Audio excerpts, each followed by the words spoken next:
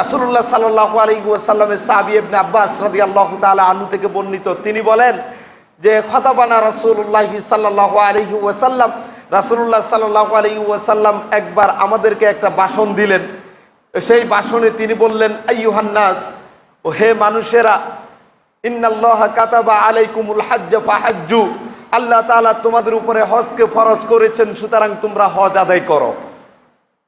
এই কথা শোনার পরে উপস্থিত সাহাবীদের মধ্যে আকরা ইবনে হাবিস রাদিয়াল্লাহু তাআলা আনহু, তিনি বললেন, আফি কুল্লি আমিন ইয়া রাসূলুল্লাহ, এই হজ কি প্রত্যেক বছরে আমাদের উপরে ফরজ?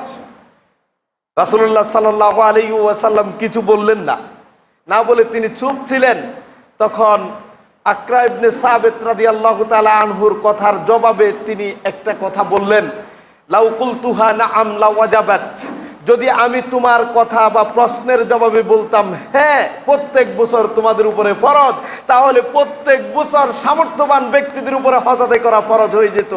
কিন্তু যদি এটা ফরজ হতো, লাম তা'মালু বিহা, তোমরা হজ এই ফরজ আদায় করতে পারতা না।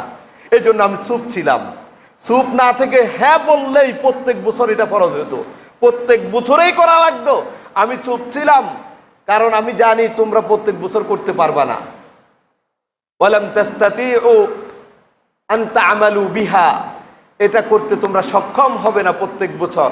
এরপরে রাসূল বললেন যে আল হাজ্জু মাররাহ, হজ হলো বছরে একবার। আল হাজ্জু মাররাহ, হজ বছরে নয়, তামাম জীবনে একবার আদায় করা ফরজ। তামাম জীবনে সামর্থ্যবান ব্যক্তির উপরে হজ আদায় করা একবার ফরজ। এটা আপনাকে করতেই হবে যদি আপনার সামর্থ্য থাকে। একের অধিকবার যদি আপনি করেন সেটা আপনার জন্য অতিরিক্ত মুস্তাহাব বা তাতাওয়ু হবে। এই কথা হাদিসের পরের অংশ বললেন, ফামান জাদা ফাতাতাওয়ুন। মুসনাদে আহমদে হাদিসটি এসেছে, যে ব্যক্তি একের অধিকবার হজ করতে চায় সে যেন মনে রাখে এই প্রথমবার ছিল তার জন্য ফরজ, পরের যতবার হজ করছে এটা তার জন্য অতিরিক্ত এবং মুস্তাহাব পর্যায়ের, এটা ফরজ না।